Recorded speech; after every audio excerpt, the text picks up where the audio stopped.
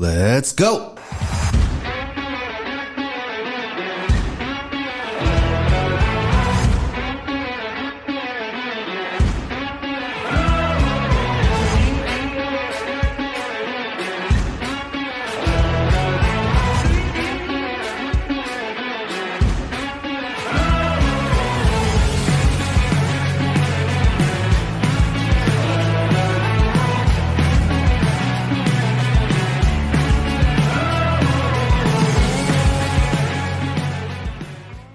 Welcome back to the Inside Lines, where we dive deep into the people, policies, and power plays shaping New Jersey. I'm your host, George, and today I'm joined by Robert Kaiser, a councilman from my hometown of Paramus.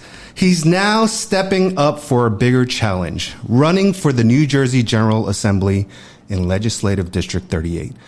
As a lifelong public servant and a consistent advocate for local issues, he's built a reputation for putting residents first. Today, we'll talk about his vision for the district, what's motivating his run, and what he believes separates him from the political establishment in Trenton. This is one conversation you won't want to miss. Let's get into it. Councilman Kaiser, thanks for being on the show. It's really great for you. Thank you, George, for having me. It's a pleasure to be here. Let's start off first with a little introduction. Can you tell us a little bit about your background and yourself? And Sure, absolutely. So, my name's Robert Kaiser. I am born and raised in Hackensack, New Jersey. Oh, great. Me too. Yeah. So, when I say Hackensack, South Hackensack, actually. Okay. But Hackensack High School graduate. I am married 32 years. Congratulations. Thank you. I have 3 adult children who are successful, all went to big universities. I'm very proud of them, obviously, as a dad. I am married to my high school sweetheart, who Wonderful. I met in high school. Obviously, as you know, I currently reside in Paramus, New Jersey. About 4 years ago, I got involved in politics. The current mayor at the time, who was a councilman, had recruited me and asked me to run. He liked the fact that, I was very involved in the community in Paramus. I coached multiple sports in town, from girls' sports to boys' sports. I was very active. Also, 30-year law enforcement career. Oh, wonderful. So being in law enforcement, I get to touch a lot of people. I get to see the good, the bad, the ugly, as we would say. And I enjoy working with people and helping people. So I got involved in politics in 2021. I took a shot at it. Pretty much didn't come into it blindly. I kind of knew what I was getting into, being a police officer for 30 years and being involved in the political side, also in the law enforcement side of where I worked, and having to attend meetings and see the inner workings of municipal government wasn't something that was foreign to me. So I jumped right in. And at the time, the Democrats were in control in Paramus for many years. That's right. So I had a challenge ahead of me. I had a incumbent who was there for quite a few years. And a lot of people told me, hey, it's uphill battle. You're crazy. You don't have a chance. So me and my running mate at the time said, we have to put a strategy together. How do we get out there and put our name with a face so when people go to the polls, they remember us? So Paramus consists of just about 28,000 people, over 7,000 homes. So we set out in May of that year, and we sketched out a map of the town, and we decided to hit between, whether it was 25 to 100 homes a day. And by the time our election came up, we actually touched over 7,000 homes in Paramus, and we were successful. We were successful, and we turned the tide to Republican. Yeah. I mean, politics is kind of messy. Yes. You had a nice, very wonderful career in law enforcement. Why did you want to get into politics in the first place? What motivated you? Well, I didn't like the direction of the opposing party. Obviously, I'm a Republican, and I see the Democrats, how reckless spending, making New Jersey so unaffordable. I mean, it's the number one state in the nation right now that people are fleeing to get out because they just can't afford to live here. Many of the people I speak to want to stay here, but they just can't afford it. They just can't afford it. And I also saw, which I didn't like, was how the Democrats demonized law enforcement. Something I'm not used to. Law enforcement, we should be put on a pedestal. We're there to help the people. But for some reason, with the Democrats, they've taken this stance where, they want to handcuff law enforcement. Yeah. They want to make law enforcement look bad. They're not allowing current law enforcement now to do their job and be proactive. Law enforcement is now reactive. Yeah. So when I say reactive, sometimes when they're reactive, it's too late. So they need to deter crime, not come in after the fact. We'll talk about those issues later because Sure. those are very important issues, and we need to definitely spend some time on them. But you've been on the council for some years. Any important lessons that you've learned the last few years being on council? What maybe you didn't realize and you're like, wow, being on the council opened your eyes to anything? No, I wouldn't say there's anything that really opened my eyes that I was surprised at. But, be a good listener. I gotta be honest with you. Like, don't blow people off. If somebody calls you or emails you, return that call because that's something obviously it's important to them. And I guess that goes back to my police officer days. But just be a good listener, and if you can, you help them because that's what I'm there for. That's what I'm there for. I didn't get into politics to get into the position of as an ego trip. Right. I'm there to help the people. I'm here to make New Jersey, Paramus, or wherever I land a better place. So why the assembly now? Why are you running for assembly? What motivates you to run for that higher office? Well, I think we have poor leadership, to be quite honest with you. I think I'm somebody that's going to go down there and represent the people of District 38 in New Jersey, and I'm going to be fair. I see what's going on right now in Trenton. There's a lot of reckless spending. It's not a two-party system down there. It's not a two-party system. We're looking to flip a lot of assembly seats this year. We're looking to get a Republican governor. And I think we could do a lot of good things for New Jersey. It's about making it affordable. I'll give you an example. Like, we have senior citizens right now who live paycheck to paycheck on their Social Security. And their taxes are going up 3%, 4%, 5% a year. How do they sustain staying in New Jersey? How do they sustain a quality of life to put food on the table? And now the Democrats in Trenton just recently passed, starting June 1st, a 20% increase in your electric and gas bills. Yeah, that's crazy. So something that people in District 38 and all of New Jersey should really do a little research and look at that. So it's something it's happening. It's happening. Well, let's talk because you did mention a couple issues, and I definitely think we need to talk about them, and maybe you can help educate us with some of those issues. You talked about affordability.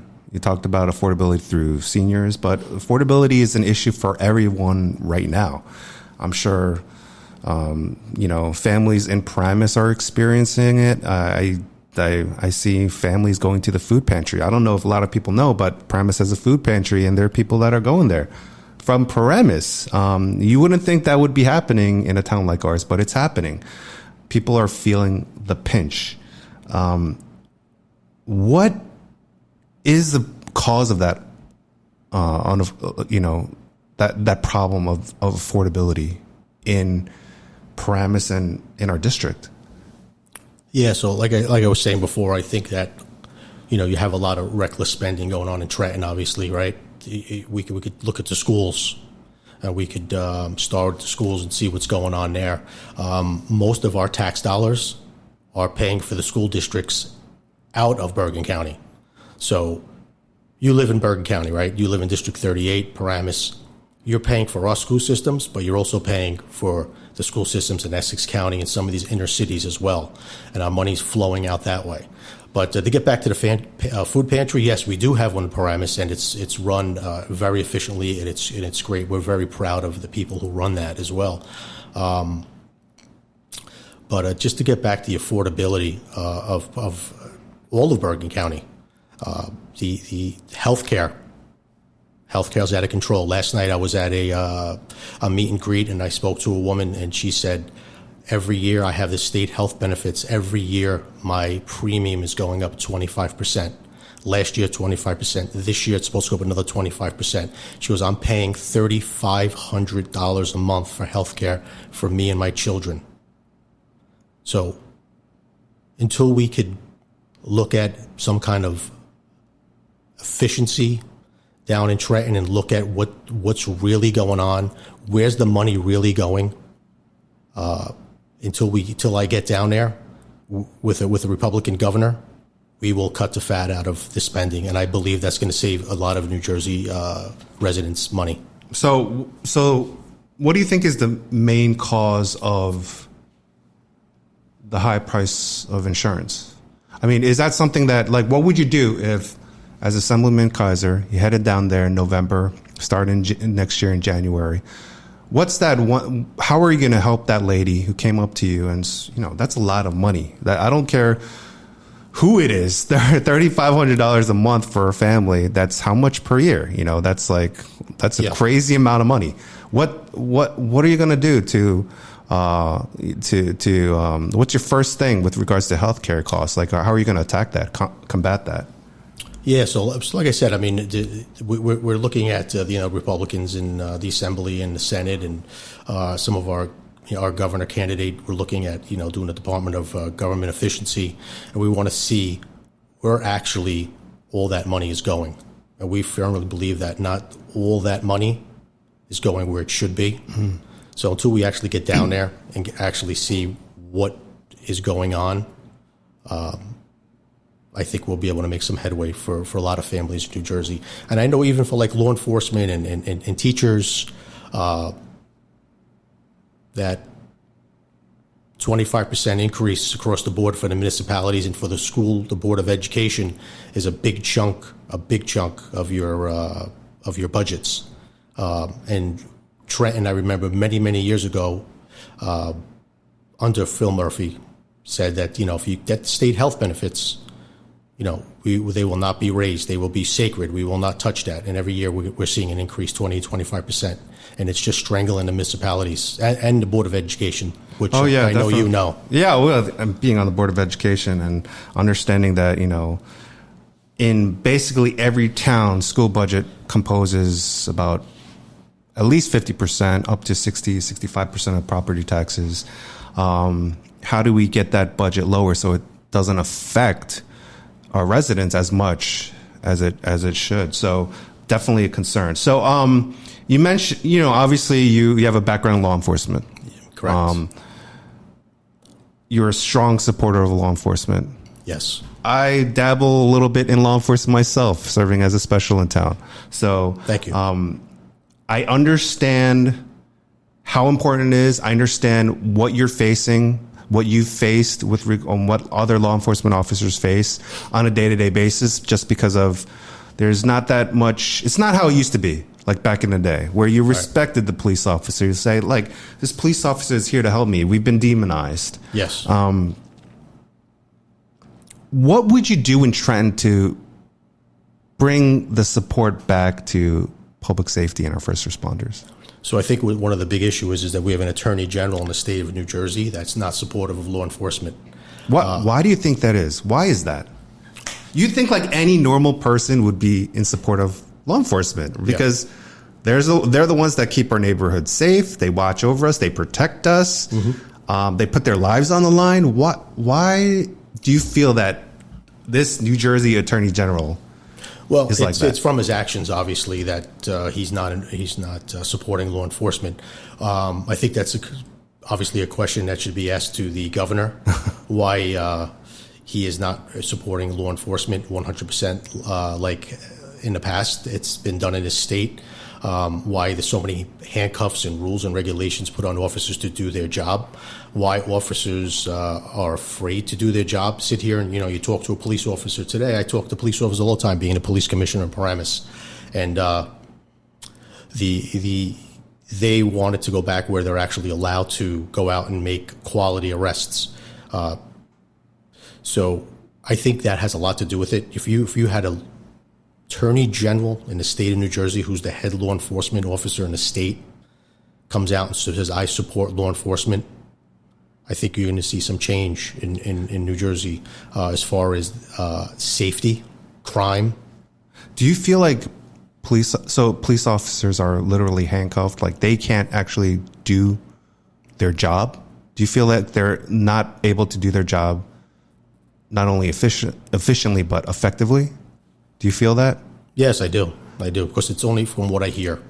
Like I said, being involved in law enforcement still, even though I am retired, I still hear the stories from officers. They all talk to me and they say, I wish things were the way they were back in the old days, where we're actually allowed to do our job. There's too many rules. I mean, I think the regulations are killing us. They are. And, when I go on details or when I hear the police radio, and you hear a lot of, we are a big mall. We're probably the mall capital, at least of the East Coast, right? Correct. Number of malls here. So obviously we have a lot of shoplifters and people who come in, and it feels like even if they're caught, they're let out, or they're not prosecuted. They're taken in, they're let out an hour later. Yeah. That afternoon they do the same crime, or the next day. Like, that must really make you irate. So it's a little frustrating. I mean, for law enforcement officer who, it's what we call it today is the catch and release program.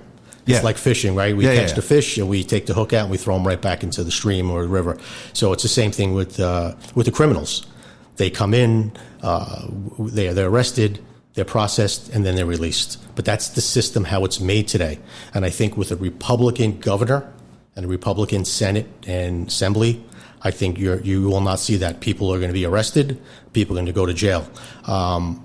What I'm seeing in Paramus and things that I'm hearing throughout Bergen County, not just Paramus, but you're having a lot of these organized crime rings, right? Crime rings that are coming into these municipalities, and they're organized. They're from overseas, some of them,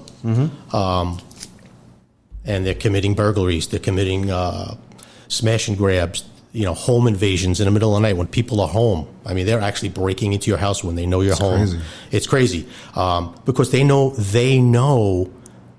that when they get arrested in New Jersey, that they're going to be released, or they're going to be only in the jail for a couple hours, and they're going to be back on the street. And the recidivism rate is ridiculous because they're catching the same people over and over again. I think it's slowed down a little bit now that Donald Trump is in. It's slowed down with some of these organized gangs, and we're going to put more of a stop to it. We put some more Republicans in Trenton, and especially a governor. What's your feeling with regards to the ICE raids that are happening in our state? Are you for that? The ICE raids. First, like some of the, when they're going after undocumented immigrants or illegals. If you're here illegally and you commit a crime and you hurt an American and there's a warrant for your arrest, you should be arrested and put in jail and then eventually deported. I agree. You shouldn't have been here in the first place. And then on top of it, you come to our country. Yeah. And then you hurt an American citizen. I 100%. I don't understand why people are defending. You see media defending, you see people on the other side, Democrats, defending a lot of these individuals who cause crimes, who really bad crimes. Recently, a couple months ago, that person from Maryland who got deported to El Salvador, and you see people from the federal, from Congress who are flying over there trying to get this person back. It just seems like... Well, that goes back to what I said about the Democrats. Their platform seems to be defending criminals and people that are here illegally committing crimes. I couldn't imagine, and I couldn't imagine when I saw it on television that we had senators, U.S. senators and congressmen flying to El Salvador to have a lunch or a sit-down meeting with an MS-13 gang member. I just don't know how you gain traction with the American people on something like that. And then on top of it, it's our taxpayer money that are funding these trips. We have so many issues in New Jersey, so many school systems in the inner cities that are failing, so much crime. But we have politicians that find it important to fly to El Salvador to a prison to visit MS-13 gang member. If you just think about that for a minute, it just blows your mind.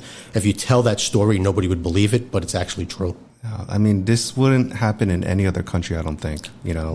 Any other civilized country. I mean, you're a visitor to the country, abide by the laws, don't do anything crazy, don't hurt anybody, you'll be fine. But if you're doing all these things here illegally, committing crimes over and over and over again, there's got to be a punishment for that. There's got to be a penalty, Absolutely. And we need to, I think, in general, in New Jersey, we need to have people in leadership who have guts, right? Who aren't scared to be shamed on social media or whatever it is. People need to stand up for the right things. Yeah. And I think there are a lot of people in government who are spineless. They just don't have the guts to actually stand up and fight for what they believe in. Well, when you talk about leadership, one thing I've learned through my 30 years in law enforcement is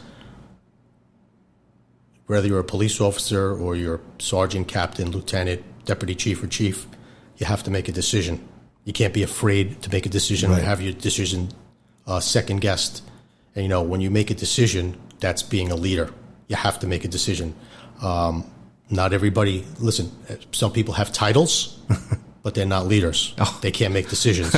I agree with you. You have to make the tough decisions. You make the decision, and either it was a mistake or if it was a good thing, you stand by what you decided. There's so many people who I feel are so wishy-washy when it comes to things like the issues, and they'll always try to please everyone by trying to say the right thing. Stand up for what you believe in. I mean, that's who you are. Don't discount who you are and how you've lived your life.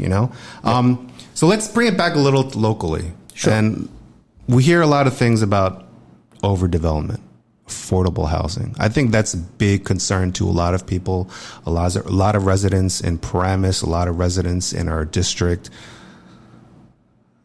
How do you protect this on the local level? Or when you get into, becoming an assembly, it clearly to me seems like a state overreach, right? Where they're mandating, and they'll say this is the Mount Laurel doctrine. And now, we have the right to make every area an affordable housing space. Right. What's your take on that? And how will you fight that? Well, as you know, there was court decisions just recently. A lot of the towns filed lawsuits against the Murphy administration and the affordable housing, and they lost. All the towns that filed lawsuits lost. So, which is expected, obviously, when your governor's a Democrat and most of the judges are appointed by him. It was expected that you were going to lose. So right now we're dealing with that court decision. In Paramus, we have a development plan that I believe expires at the end of the year, where we're going to look at the development plan and they're going to rezone the town to try to slow down, to stop some of this overdevelopment. A lot of these projects that you're seeing now that are going on in Paramus, obviously that you're familiar with, things that were approved 5, 6, 7 years ago, and now they're coming to fruition. So now they're kicking off and breaking ground on projects that were, like I said, approved 6, 7 years ago. So let me ask you a question for people who aren't familiar with these development plans. Can our mayor and council not fight these development plans because they were decided, so now they're set in stone and they have to come to fruition? There's no way, because let's be honest here. There's a number of apartments going up in Paramus alone. Yeah. I mean, it's in the couple thousands, I believe, right? And obviously, one question to ask ourselves is does Paramus have the infrastructure to support all these new buildings that are going up? And whether it's schools, whether it's first responders, whether it's whatever it is. Listen, as far as Paramus, I take a lot of pride in Paramus. We have some great people there. I think we do have the infrastructure. Our police department, our fires, our reserves, our volunteers, ambulance, the school system even. I know the school just recently did a study on that, what the projection is, which you could probably speak to a little better than me. But I feel that what's happening in Paramus we'll be able to handle moving forward. But we do want to slow it down. And what people have to understand is that down in Trenton, when these affordable housing mandates were being passed, our District 38 representatives all voted in favor of it. Really? Yes. So something to be aware of also. Do you think this needs to be decided on a local level rather than... No, because Trenton? this is filtering down to the municipalities through Trenton. Yeah. Yeah. Okay. All right. So let's go to a topic that is really important to me, which is education. It's important for me. It's important for parents in our district and all across the state. What's your take on how education policy is being handled on the state level? Can you be more specific? Well, I mean, we've got a lot of things going on, like policies with regards to the curriculum, with regards to transgender policies that are being put in place in some of the districts. So what I could say is this. Going back to when I went to school, maybe when you went to school, we had reading, writing, arithmetic, geography, history, and we learned all those things. Those things that you're talking about, diversity, transgender, and stuff of that nature. I feel that a teacher should not be teaching that to our children. I think that's a conversation just like I had when I was a child, or I had with my children. That's a conversation like the birds and the bees, or the old saying. Yeah. That's a conversation that should be held at the dinner table between parents and their children. I don't think a textbook particularly depicts that information to them, and it could cause a lot of confusion for the child. And these teachers, I think, are being forced to teach this. I'm not really particularly so sure. After speaking with some teachers myself, they feel like that they have to teach it. Obviously, they have a job, right? Mm-hmm. They have to put a paycheck and food on the table. So, again, that's Trenton, that's government pushing this on our educators. I like the way education was when we used to write script. Kids today don't even write script or cursive anymore. Everything's printed. Read it. Yeah. These young kids don't know how to fill out a check. Just the common sense Just things. common sense stuff. And I think we just have to somehow the train got off the rails a little bit here. Are you a supporter of the trade schools? I am. Okay. I really am. What about like school choice? What's your take on that? I think listen, you should have a choice to where you want to go to school. I don't have a problem with that. But but to get back to the trades, I think the trades are extremely important. Like every kid that goes to high school shouldn't be told, you got to go to college. Not every kid is a college student. They're just not. And then when they go to college, they get there. They spend over $250,000. Yeah, you know well. I know. I put 3 kids through college, and then they get out, and they say, I don't know what I want to do. Doesn't that blow your mind? You spent 4 years in school and not sure what you want to do. But some of these trades, these builders, carpenters, right, mechanics, electricians, plumbers, they're very successful. 1,000%. They're very successful people, and they do very well for themselves. And I have a lot of friends that are in those trades. And when I went to Hackensack High School, that was we had mechanical drawing, metal shop, wood shop, auto body shop. I mean, the trades were like thriving. Not so much today. Why do you think that is? I don't know. For some reason they're on this kick of pushing the college, but I'd like to see the trades come back. I'm a big fan of that. So let's look at our district, LD38. You know it well. You lived in LD38 for most of your life. You're going up against some Democrat incumbents. They've been reelected a couple times. What sets you apart from them, from those assembly incumbents? Well, common sense, to be honest with you. I'm gonna go down there to Trenton, and I am going to get back to what I said before about the seniors. I think that once the senior citizens reach the age of 70, there should be, that's it, taxes, no increase on taxes. Taxes are capped. That's one thing that I'm very passionate about. I do see a lot of seniors, family members that are seniors. I hear the stories.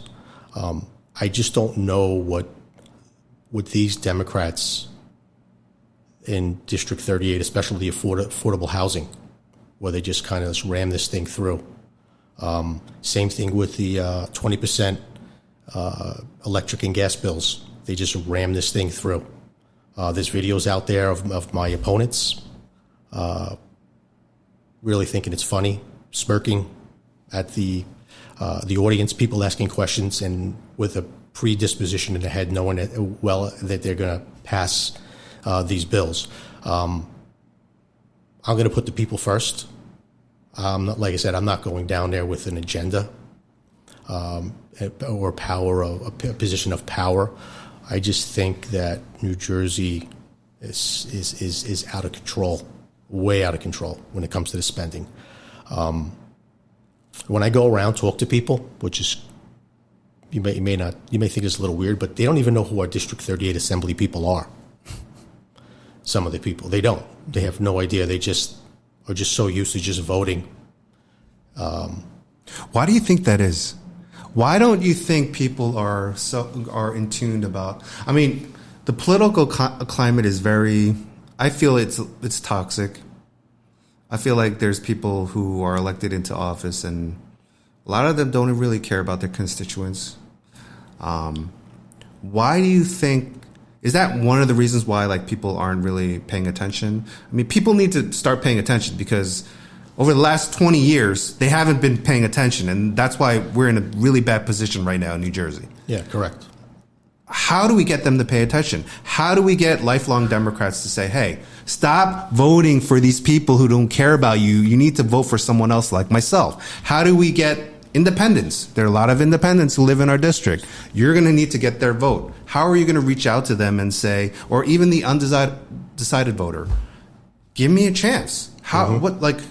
Yeah. So where my plan is to obviously we're going to knock doors. I know it's a lot of towns. We're going to hit social media. We're going to hit mailers. We're going to knock doors. We're going to hold events, and we're going to ask some of these low propensity Democrats, some of these independents, old affiliated, to come out, give us an opportunity and hear us speak and see what we stand for. But why isn't the message getting out? Well, the Republican message doesn't get out because I think it starts with our media today. I mean, if you put on almost every channel, it's kind of slanted towards the left. But there has been kind of a change, right? The last election, Trump got elected. It swayed a lot of voters in New Jersey, right? It did. The differential was much smaller than before. Yes, Donald Trump, I believe, was 3% margin. He lost by, I believe, 3%. Mm-hmm. So people are smartening up because I think what's happened is people are voting with their pockets. That's what it is. The interest rates are out of control for mortgages. You see these young kids in New Jersey. When I say young kids, I mean late 20s, early 30s. Can't buy a house. No, you can't. Can't. So, back in the day when you want to buy a house for $150,000, all right, I come up with 20%, it's 30 grand. We can come up with that. Today, the average home, 750, 800,000. Not in Paramus, it's over $1 million. It's over. I'm saying but that's it. Like you're saying that those $750,000, $800,000 homes in Paramus, they're knockdowns. They're knockdowns. They're knockdowns. So how does these young kids, capture the American dream, like our grandparents and parents, and how does that happen? How does that? Because right now it's not happening. So that's why a lot of these kids are moving. They're looking to go out of state. They're looking for jobs to a state that's more affordable. Are your kids staying in Jersey, or are they out of state? Well, right now my daughter is married. She's in Paramus. Okay. So they want to stay in New Jersey, of course. Born and raised in New Jersey. Love New Jersey. Got the best food in the country in New Jersey. That's one question I'm going to ask you a little later. But there is a big problem for our youth, our future. And I've discussed this with a lot of other guests that I've had on my show. And that's a very, very big concern, is how are the young people going to stay? How are the older people going to stay? Because they just can't afford it. And we need people to go down to Trenton to fight to make this state more affordable. Can you tell me one thing, just one thing, that you're going to try to do once elected, when you get down to Trenton, to help this state, our district, become a little more affordable? How are you going to start that fight? I think these affordable units that are going up, I think there has to be something in these bills that kind of targets some of these jobs, whether you're a school teacher, whether you're a municipal employee and you're starting out making $35,000, $40,000, $50,000 a year. Even with that kind of a salary, how could you afford to pay rent unless you're living home with your parents? I think some of these affordable, all these apartments that are going up, I believe there should be something in there that targets some of our municipal workers and school teachers, and this way they could stay in New Jersey. I don't see that, and that's something that I would explore and I would look into, to be honest with you. I mean, you got a guy who's a rookie police officer in a neighboring town, and he starts out at $40,000 a year, and he wants to get an apartment. Where's he getting an apartment? Not in Paramus. Not in Bergen County. Not in Hackensack. Not in Bergen County. But if we have thousands of units going up through all of Bergen County, why isn't there a percentage of that for law enforcement, fire, ambulance personnel, school teachers especially? It's a lot of school teachers, right? They're important, and their salaries are not the best either. So those are the people we need to be taking care of. Okay, we've talked about a lot of serious stuff here. Let's get to a little couple of fun questions. Thinking about starting this segment on all my episodes, a little rapid fire. So you mentioned something, you eat great food in New Jersey. What's your favorite spot to grab a bite to eat in District 38? Oh. Putting you on the spot here. In District 38? Yeah, in our district. District 38. Okay, I would say Capitol Grill, Paramus. Had a fire. We can't eat there. I know. Prior to the fire, Capitol Grill. Capitol Grill, okay. It's a great place. Who's someone in politics that you admire, locally or nationally, and why? I wouldn't say there was a couple locally, nationally. I'm a big Trump fan. Okay, when you talk about leadership, you talk about having a spine of steel and making hard decisions for what's best for the people. Sometimes people don't see the decisions he's making, the immediate outcome. It may take a little time, but long term, I really firmly believe with his leadership and not afraid to make decisions, not afraid to make the hard decisions, not afraid to take on world leaders. His phrase is so simple: "Let's make America great." Our country should always be great. We shouldn't have to get back to being great. So his tenacity and his leadership and things of that nature. That's, I like those qualities. What's one thing most people don't know about you?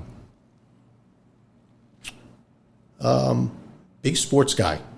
Well, let's not say that. People know I'm a sports guy, but I have a hobby. I'm a big baseball card collector. Oh. Vintage baseball cards. I collect cards from What's early 1900s. Really? 1909. Yeah. What's the card that you value and treasure the most in your collection? I know you have a lot, but what's one? I have a lot. There's a lot. One player I really, really like collecting, only because it was kind of when I grew up, was Pete Rose. Pete Rose. Yeah, he was a hard-nosed, played the game hard.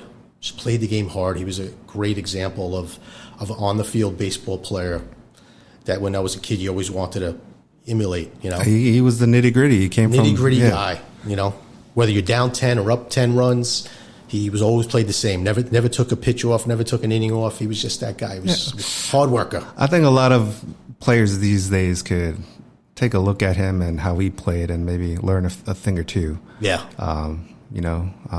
But yeah, favorite team? New York Yankees. Yankees all the way. Yep. All right. Pittsburgh Steelers for the football. All right. I don't know about that, but I think that's a discussion for another day. Yes. Okay, so last thing. If voters remember one thing about you and your candidacy, what should it be? That I'm going to be fair for everyone in New Jersey. That's one thing I could say, that I would definitely be fair. Any closing remarks? Any final things that you want to say before we end the podcast? No, I think we touched on a lot of issues, a lot of important issues, and I thank you for having me today. Thank you for being here. This was really, really, really nice, and I enjoyed it. Thank and you. I look forward to maybe coming back. Hey, time. definitely. Yep. Okay. Yep. Thanks to Councilman Rob Kaiser and future Assemblyman Rob Kaiser for being here. That wraps up our conversation with him. He's a dedicated public servant from Paramus and now your candidate for New Jersey General Assembly 38. Whether you agree or disagree with his politics, it's clear he's stepping into this race with a desire to make an impact. And that's something we need more of in New Jersey. As we head toward the primary election, which is in a few days, and another pivotal election this November, it's important to hear directly from the people who want to represent us. Not just sound bites, not just headlines, but in real conversations like this one. That's why the Inside Lines exists. Hey, if today's episode gave you something to think about, do me a favor. Like our video, like our podcast, share it with your friends and family, and subscribe to us. And if you know someone in LD 38 or anywhere else in New Jersey who cares about where this state is headed, send this episode their way. We've got more interviews, more deep dives, and more behind the scenes insight coming up, so stay with us. And until next time, stay informed, stay engaged, and as always, look past the headlines. Thanks for listening. This is the Inside Lines.